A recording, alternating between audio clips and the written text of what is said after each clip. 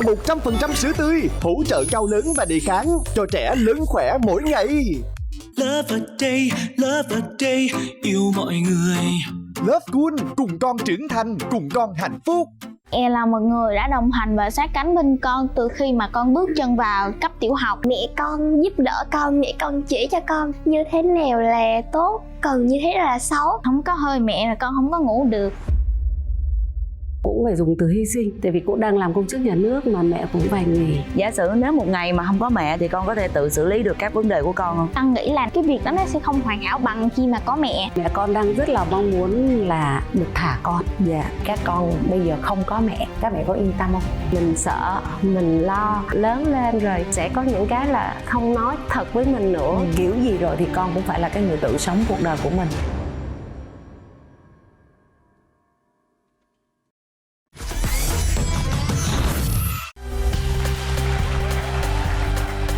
Chào mừng quý vị và các bạn đến với chương trình Love Cool, cùng con trưởng thành, cùng con hạnh phúc. Chương trình được đồng sản xuất bởi thương hiệu Love Cool và MCV Group và sẽ được phát sóng vào lúc 20 giờ tối thứ Bảy hàng tuần trên kênh MCV Media. Qua những tập phát sóng vừa rồi, Lan cũng xin được gửi lời cảm ơn rất chân thành đến với những cha, mẹ nào đã dũng cảm tham gia chương trình, dũng cảm nói lên những cái điều mà chúng ta mong muốn, cũng giống như là dũng cảm để nhìn nhận lại những vấn đề mà chúng ta đang mắc phải. Để bắt đầu chương trình ngày hôm nay, chắc chắn là Ngọc Lan xin phép mời những nhân vật chính của chúng ta xuất hiện trong gian phòng này. Đầu tiên xin được mời bé Minh Khanh. Xin chào con Ngọc Lan.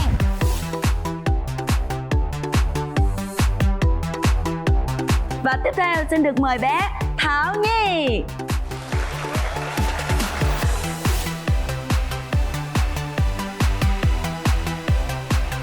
Bây giờ thì chúng ta sẽ đến với lại phần giới thiệu mẹ.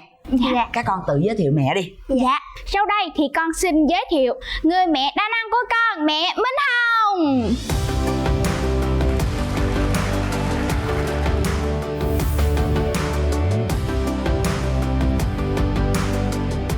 Chào mẹ. Chào cô Ngọc Mời Lan. mẹ đứng bên đây. Con. Và sau đây con xin giới thiệu người mẹ siêu phàm của con, mẹ Kim Hương.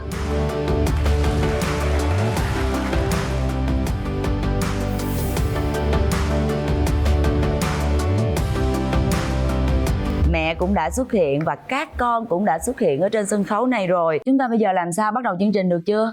Dạ chưa. Lý do? Còn thiếu một nhân vật nữa ạ. Đúng rồi, một nhân vật rất quan trọng và không thể nào thiếu trong chương trình này. Đó chính là tiến sĩ tâm lý Tô Nha.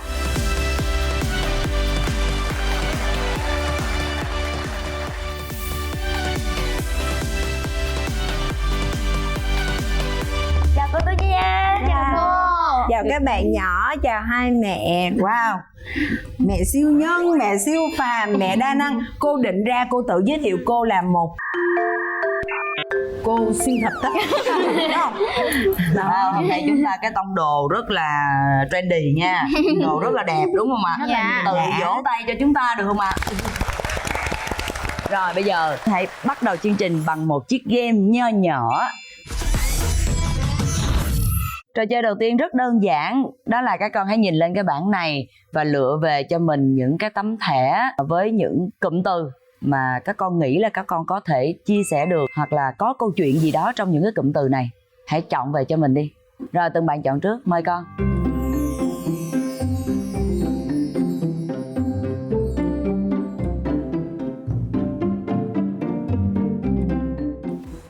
Rồi. Con lựa 4 cái đấy. Vâng. Rồi bây giờ mời Minh Khanh nè.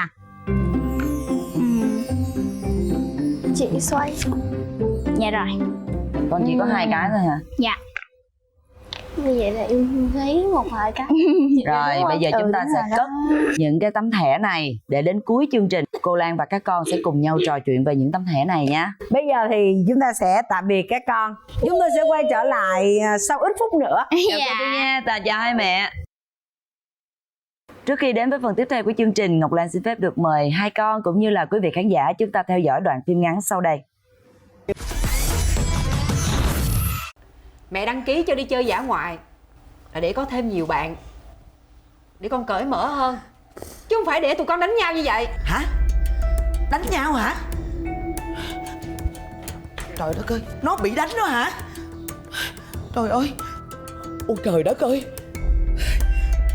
Đứa nào đánh cháu ngoại của tôi? Được rồi, để ngoại lên ban giám hiệu ngoại mắng vốn. Đứa nào dám đánh cháu ngoại của tôi chứ? Mẹ, con nghe cô giáo nói khác đó. Vinh nhà mình đánh người ta. Hả? Nó đánh người ta? Mà nó không phải đánh bạn cùng lứa nữa. Nó đánh cái bạn của bé Hoa nè. Con lớn mà con đánh em nhỏ hơn là con ỷ mạnh, con hiếp yếu đó. Mẹ dạy con như vậy hả? Xè cái tay ra. Cái tay nào đánh bạn, xè cái tay ra. Anh Vinh bị quan á mẹ. Tại vì á mấy bạn nói con chỉ học giỏi để nịnh cô giáo thôi, chứ con học dở lắm. Nhưng mà con không có như vậy. Anh Vinh bên con mới đánh với bạn thôi à.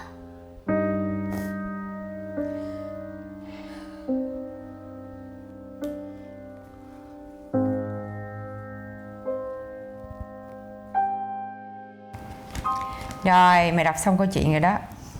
Hai đứa con thấy hay không? Dạ hay. Còn câu chuyện hôm qua thì mẹ đưa cho con đọc chưa?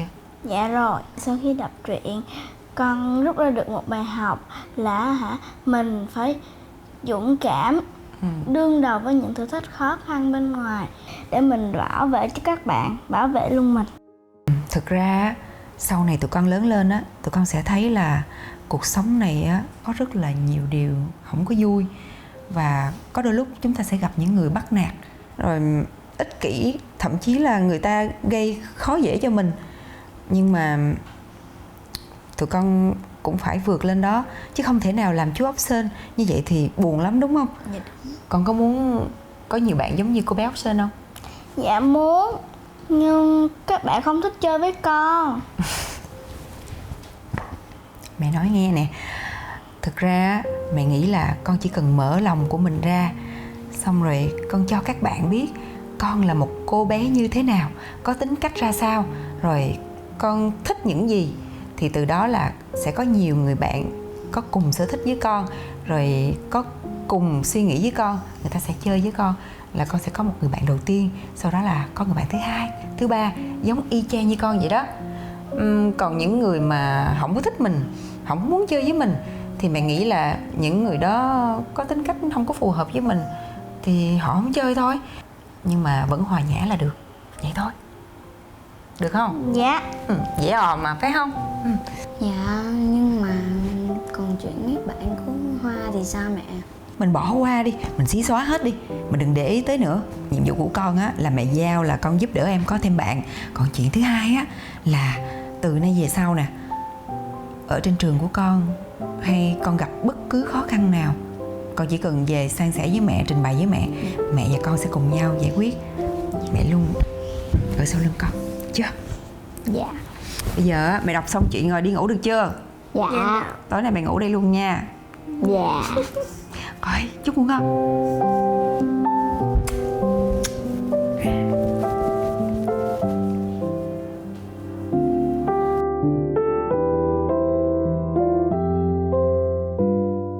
Các con thấy như thế nào? Lúc nãy cô thấy Minh Khanh là gật gù dữ lắm luôn á.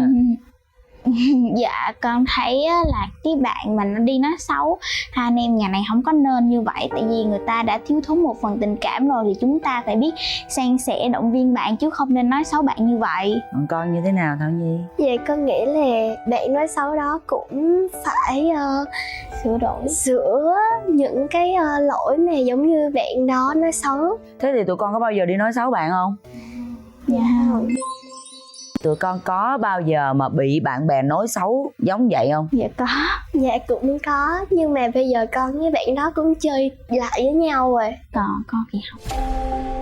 Con với bạn nó giống như là đối thủ không đội trời chung vậy á cô. Bạn nói cái gì mà khiến con giận dữ vậy? Lần đó là năm con học lớp 4 thì bạn đó nói cái câu mà con giống như là cảm thấy là mình sốc nhất á, đó là ba bây giờ của con không phải là ba ruột của con.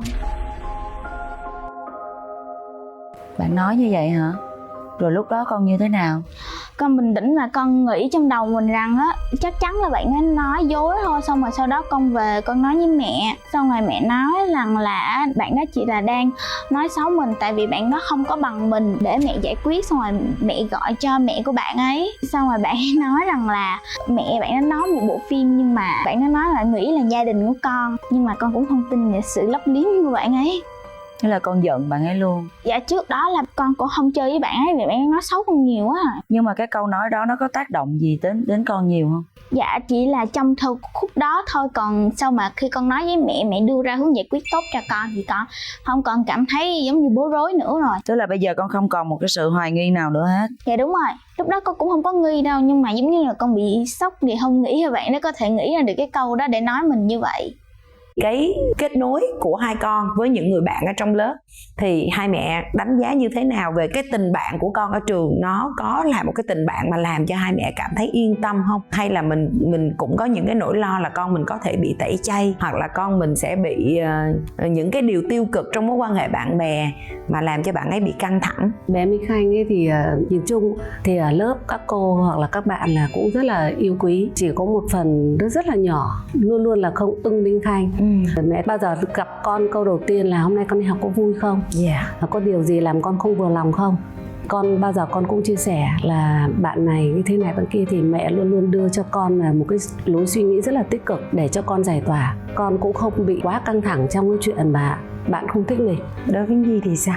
Bé Nhi thì rất là vui vẻ, hòa đồng với các bạn. Hầu như là không phải là các bạn cùng khối nữa, mà là các em nhỏ rồi các anh chị của lớp lớn hơn. Một tuần á, có rất là nhiều bạn mời sinh nhật Nhi. Không phải là lớp mình mà còn là các lớp khác nữa. Có lần thì bé Nhi về cũng có kể là cái bạn đó không thích con, bạn đó nói là tại vì con hát hay hơn, con dẫn chương trình hay hơn, rồi được thầy mến, rồi thầy ưu ái hơn. Mà mẹ nói bạn không thích mình thì mình hạn chế chơi với bạn, và mình hạn chế nói xấu với bạn. Bạn đã nói xấu mình thì mình hạn chế nói xấu với bạn. Mình không thích chơi thì mình chỉ giao lưu bình thường thôi. Những cái bạn nào mà phù hợp với mình thì mình chơi, còn những cái bạn nào không phù hợp thì mình hạn chế, chứ mình cũng đừng nên tách biệt bạn. Thực ra khó mà tránh khỏi việc mà tạm dùng anti fan đi ha. Đúng rồi. Bởi vì đây là cái độ tuổi mà việc mà các bạn có những cái nhóm, rồi các bạn có những cái tiêu chuẩn nhóm, rồi các bạn có những cái đánh giá về người khác để bắt đầu có cái việc là phân biệt đối xử hoặc là nói xấu. Từ đó mà nó nặng hơn thì nó mới thành bạo lực học đường. Tuy nhiên thì tạm thời chúng ta thấy là các con đã rất là sẵn sàng để chia sẻ cái điều đó với phụ huynh. Các con có bao giờ nói dối ba mẹ mình chuyện gì không? Dạ không. Cũng có. Cô Lan nghĩ là có chứ. Có chứ, làm sao mà không được. Có đó. Nhưng Dạ. mẹ con nói là mẹ con có mắt thần, nên là chỉ cần nhìn con thôi là mẹ con biết là con đang nói dối mẹ rồi.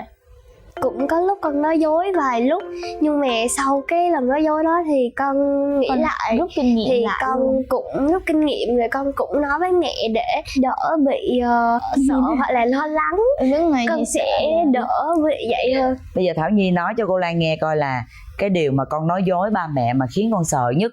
Ngày xưa thì con rất là sợ bị điểm kém. Không phải là tại vì mẹ con bắt con là phải nhiều điểm, nhưng mà con nghĩ là điểm kém không có bằng các bạn khác.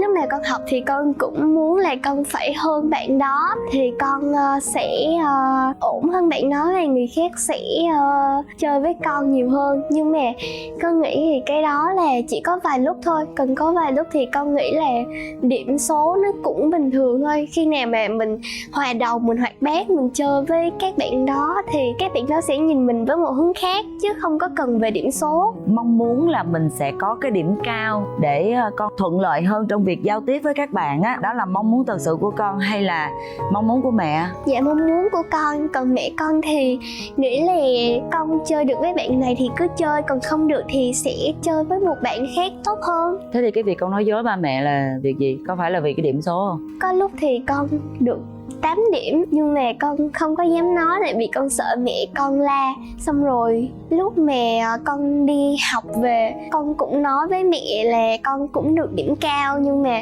thật ra là con điểm 8, nên là mẹ cũng la con. Nhưng mà sau đó thì mẹ con cũng xin lỗi con. Điểm số bạn đã giấu không phải là vì mẹ quá khắt khe với điểm số, chắc là bạn Chính bạn không hài lòng. Chính bạn không hài lòng về bản thân, nhưng mà sau đó bạn khắc phục rất là nhanh và là bạn học tập cũng rất là tiến bộ. Tại vì bạn cũng là lớp trưởng, bạn nghĩ mình là lớp trưởng, mình phải noi gương cho các bạn khác, nên là bạn có ý thức là bạn phải tự cố gắng và tự tiến bộ để cho các bạn khác cùng tiến và cùng yêu quý mình. Hai con rất là giỏi ở cái chỗ là tụi con rất là tự lập nè, có chính kiến nè, nói chuyện thì rất là lưu loát, và cũng giống như là tụi con là những đứa trẻ rất là hiểu chuyện á. Thì điều gì khiến cho tụi con có được cái sự tự tin và hiểu chuyện như vậy? Dạ, đều nhờ mama đa năng của con. Em là một người đã đồng hành và sát cánh bên con từ khi mà con bước chân vào cấp tiểu học. Mẹ là cô giáo của con, mẹ là người bạn đồng hành cùng con, mẹ luôn chữa bệnh, mẹ làm đẹp cho con, nên là con cảm thấy rất là yêu mẹ, bởi vì mẹ đã dạy dỗ đồng hành bên con trong suốt quá trình để con được tốt và giỏi như ngày hôm nay. Giả sử nếu một ngày mà không có mẹ thì con có thể tự xử lý được các vấn đề của con không? Dạ có, nhưng mà con nghĩ là cái việc đó nó sẽ không hoàn hảo bằng khi mà có mẹ. Nhưng mà khi không có mẹ con có tự tin không? Dạ có một chút là học khi mẹ không có thúc đẩy con thì giống như là con không có được tự tin lắm. Còn con thì sao Thảo Nhi? Dạ con thì một phần là con học hỏi các chị lớn hơn, còn một phần là mẹ con giúp đỡ con, mẹ con chỉ cho con như thế nào là tốt, còn như thế nào là xấu để con biết cách con xử lý. Nếu như mà một ngày mà con không có cái sự đồng hành của mẹ thì con sẽ như thế nào? Dạ, nếu như mà một ngày mà không có mẹ thì con vẫn sẽ cố gắng giải quyết những cái vấn đề ở trong ngày đó. Thực tế thì mẹ con sẽ không phải lúc nào cũng ở bên con, thì con cũng phải cố gắng con hoàn thành hết tất cả nhiệm vụ trong ngày đó. Em nghĩ là trong lòng chị có gợn lên cái gì đó nó hơi bất ổn. Mẹ của Khanh thì năm nay cũng là 50 tuổi, cô muốn cho con có một cái hành trang tự lập tự tin để bước tiếp cái chặng đường tiếp tới của con. Mẹ cũng không thể là bảo đảm được là khi bé học lên cấp 3 là mẹ cũng lại gần 60 rồi. Sức khỏe thì không ai nói trước được, có thể đảm bảo mà hành trang được cho con không. Thì lúc đó con sẽ lại bị như kiểu cú sốc mà cũng rất bỡ ngỡ. Nó sẽ theo hai hướng, một hướng thì nó nghĩ tích cực lên thì nó sẽ phát triển rất là tốt, mà sợ đó nó ủy mị, nó không vượt qua được thì đúng là cái bảo bọc quá của mẹ hoặc là cái quan tâm quá của mẹ sẽ làm hại chính con. Cô Lan thấy là trong tất cả mọi câu chuyện đều chỉ là hình bóng của mẹ thôi. Thế thì tụi con có sợ một điều rằng là cái gì cũng có bàn tay của mẹ nhúng vô hết, tụi con không có được cứng cáp khi mà tụi con bước ra đời không?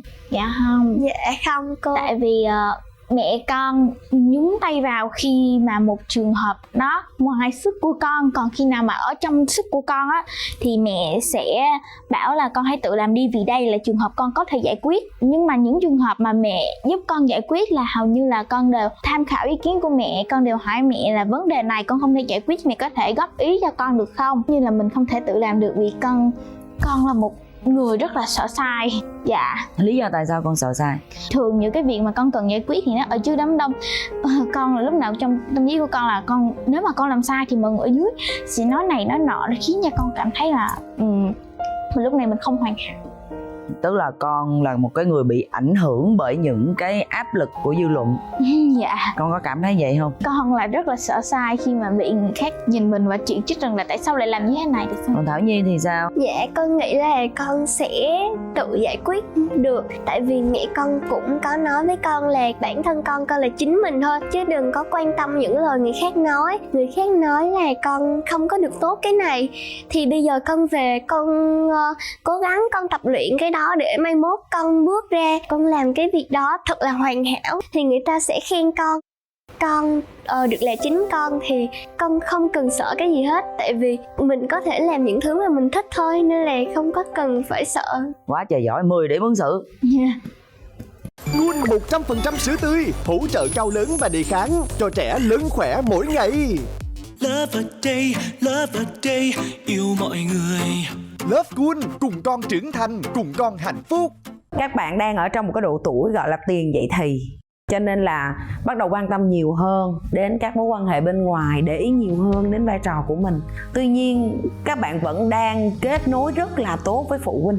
Vậy thì kinh nghiệm của hai mẹ là gì? Từ khi bé 15 tháng là bé đã biết hát, mà bé nói rất là giỏi. Sớm đi học mầm non thì đến cái ngày mà biểu diễn với cô, bé biết hát rất nhiều nhưng không bao giờ cô giáo gọi được bé lên hát vì bé không có tự tin.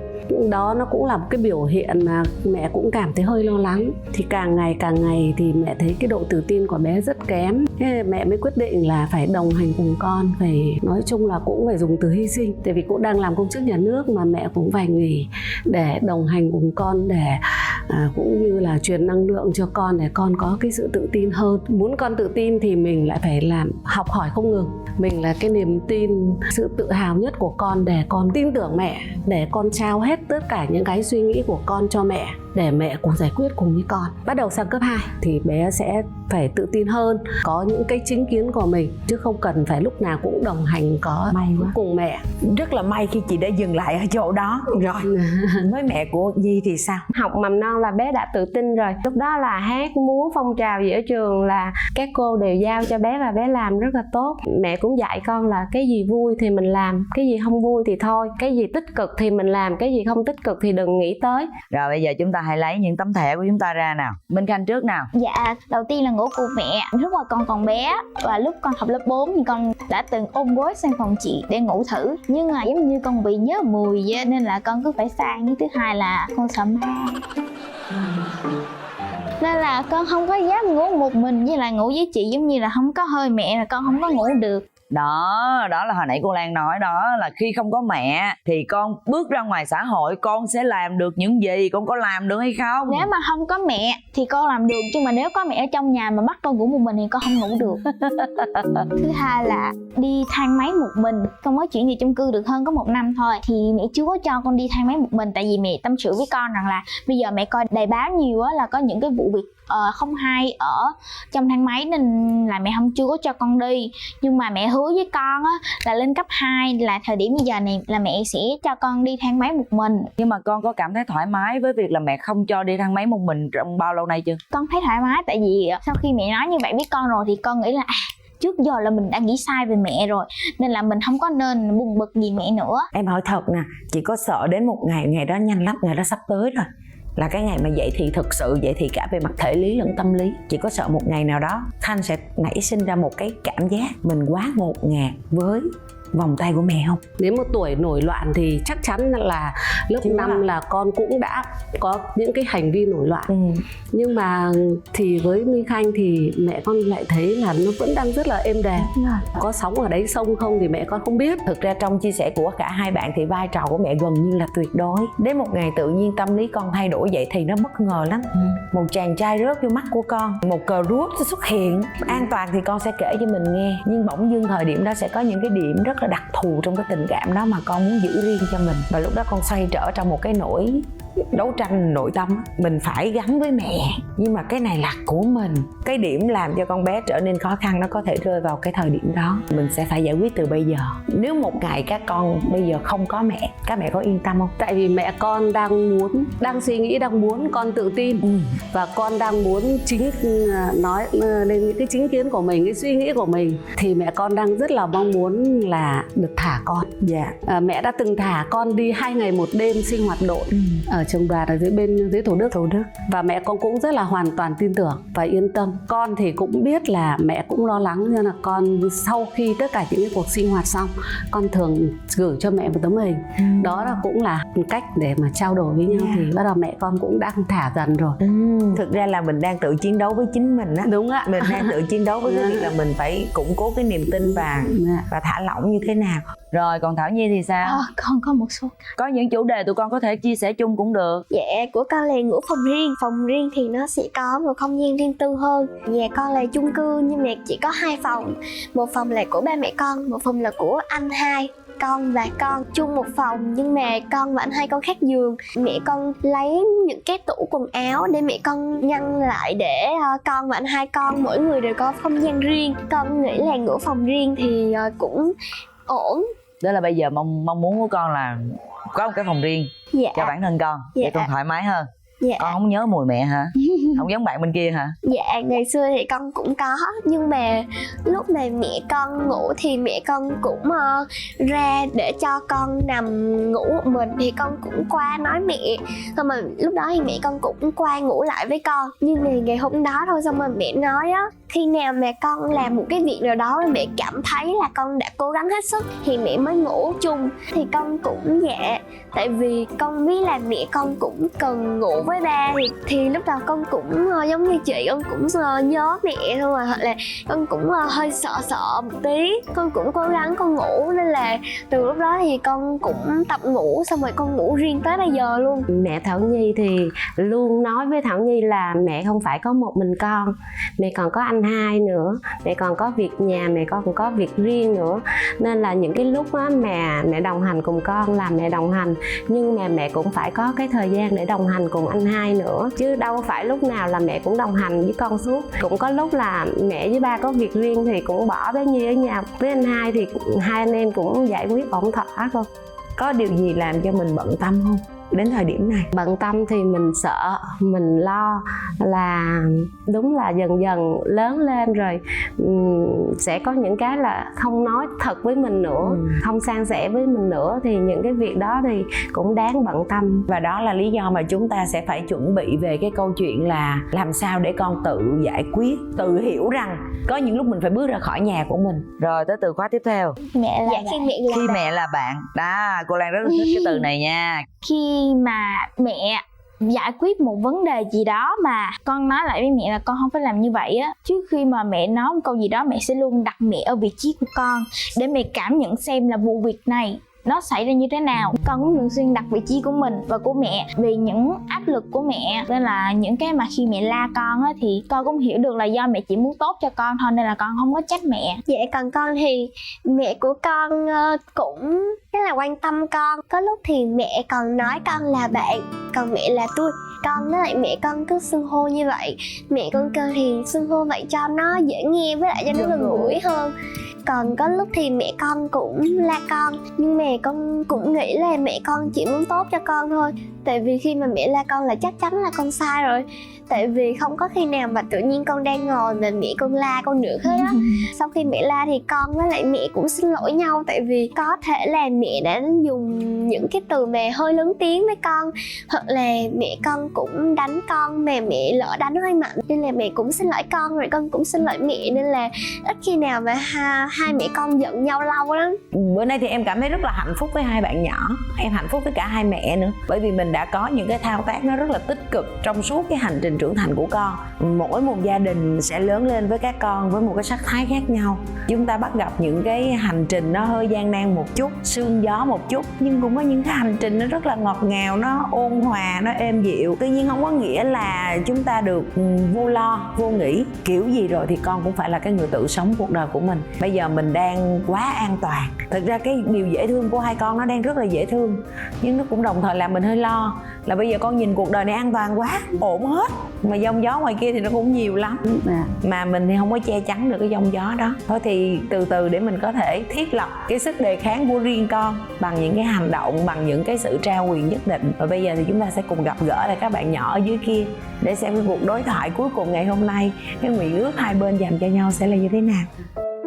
Trong bình yên và hạnh phúc vì hành trình trưởng thành của con có sự đồng hành và thấu hiểu của mẹ, nhưng đâu đó mẹ vẫn còn những nỗi lo, những trăn trở về tương lai phía trước từ chia sẻ của các con.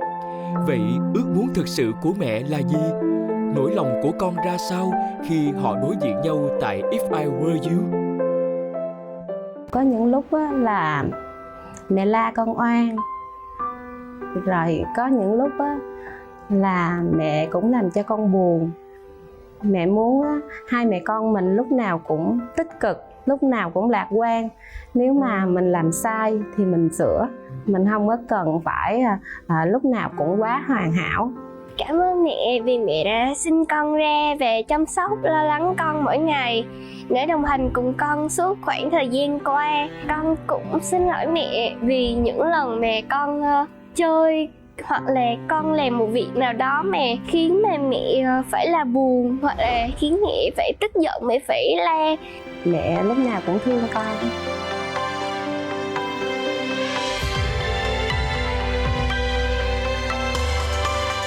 Con chỉ muốn nói với mẹ hai điều duy nhất. Một là con muốn cảm ơn mẹ vì mẹ đã nuôi nấng, dạy dỗ và đồng hành với con để con được trưởng thành như ngày hôm nay. Thứ hai là con muốn xin lỗi với mẹ. Nhiều lần con hư khiến cho mẹ buồn rồi mẹ phải khóc. Lúc đó con cảm thấy rất là hối hận và rất là muốn xin lỗi mẹ. Vì mẹ đó là người nuôi nấng con nhưng mà con lại khiến cho mẹ buồn. Năm nay con 11 tuổi. Mẹ luôn bảo bọc con, định hướng cùng con để con trưởng thành. Và từ ngày hôm nay mẹ sẽ trao cho con một cái quyền là con được tự lựa chọn những cái suy nghĩ của mình. Con hãy tự tin lên. Con dám nói, con dám nghĩ và con dám làm. Mẹ rất tin tưởng con làm được. Mẹ có viết cho Minh Khanh một lá thư. Minh Khanh, tuổi 18 của con. Khoảnh khắc này, tại chương trình Cùng Con Trưởng Thành, Cùng Con Hạnh Phúc, mẹ có rất nhiều cảm xúc. Những ký ức vui vẻ của mẹ con mình từ lúc con còn rất nhỏ. Là một cô công chúa mũm mĩm, ở nhà ca hát cả ngày. Rồi con vào trường mầm non, những khả năng đó không còn được phát huy vì con rất sợ, con không tự tin đứng lên hát. Khi mẹ tìm kiếm được môi trường học kỹ năng, mẹ đã cùng con vượt qua chính mình. Đó là sự tự tin. Và đến bây giờ, mẹ thấy con gái của mẹ đã tự tin rất nhiều. Sắp tới con đã lên cấp 2, trường mới, cô mới, bạn mới. Con gái của mẹ hãy cứ tự tin hơn nữa nhé. Vì mẹ biết con sẽ làm được khi con quyết tâm. Rồi đến khi con 18 tuổi, mẹ tạm thời nói là tuổi trưởng thành, tuổi mà con sẽ được lựa chọn con đường đi của mình. Và con phải chịu trách nhiệm với quyết định ấy.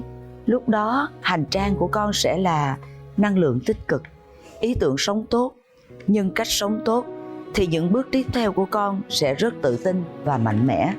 Mẹ yêu con.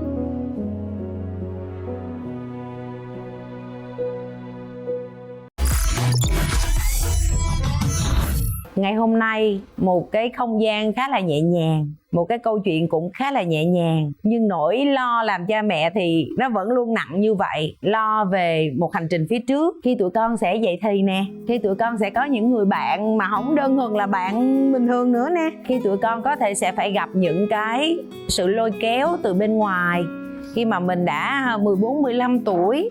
Và lúc đó thì ba mẹ không thể nào ở bên cạnh tụi con liên tục được. Tụi con sẽ phải tự ra một cái quyết định. Tụi con sẽ phải có những cái kỹ năng để quyết định xem là lúc đó mình nên như thế nào, mà không thể nào chạy về hỏi mẹ được nữa. Đó là những cái lo lắng của ba mẹ tụi con. Đó cũng chắc chắn là lo lắng của rất nhiều phụ huynh khi có con trong tuổi tiền dậy thì. Thì hy vọng rằng là chúng ta sẽ chuẩn bị ngay từ bây giờ, nói với nhau ngay từ bây giờ giống như hôm nay, để trao quyền giống như là mẹ của Khanh đã nói. Và ở bên này là con hãy cứ tin tưởng để cùng vượt qua. Tất cả những cái điều đó nó không có quá đắt tiền, vì chúng ta hoàn toàn có thể làm bằng sức của mình, bằng tâm của mình, tâm của những người làm cha mẹ. Và hy vọng số phát sóng ngày hôm nay sẽ mang đến cho quý vị những cái giây phút và chúng ta có thể lắng động lại để nhìn lại xem rằng là sự kết nối giữa chúng ta và các con nó đang ở mức độ như thế nào. Và hy vọng rằng tất cả những đứa trẻ của chúng ta luôn có một cái hành trình tuổi thơ thật là vui vẻ và nhiều màu hồng. Bộ quà tặng đến từ thương hiệu Lovecool sẽ thay cho lời cảm ơn của các vị khách mời của chúng ta ngày hôm nay. Xin được cảm Cảm ơn quý vị và các bạn đã theo dõi chương trình. Quý vị đừng quên khung giờ phát sóng của chúng tôi 20 giờ tối thứ Bảy hàng tuần trên kênh MCV Media. Và chương trình được đồng sản xuất bởi thương hiệu Love Cool và MCV Group. Bây giờ chúng tôi xin phép được chào tạm biệt và hẹn gặp lại. Nguồn 100% sữa tươi, hỗ trợ cao lớn và đề kháng cho trẻ lớn khỏe mỗi ngày.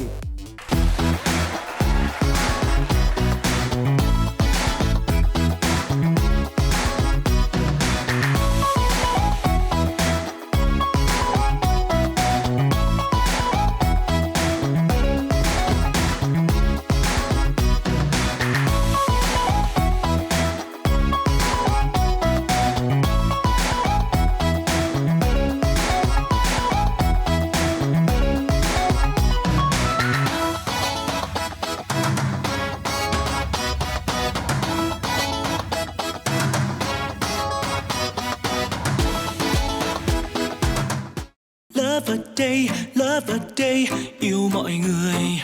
Love Cool cùng con trưởng thành, cùng con hạnh phúc.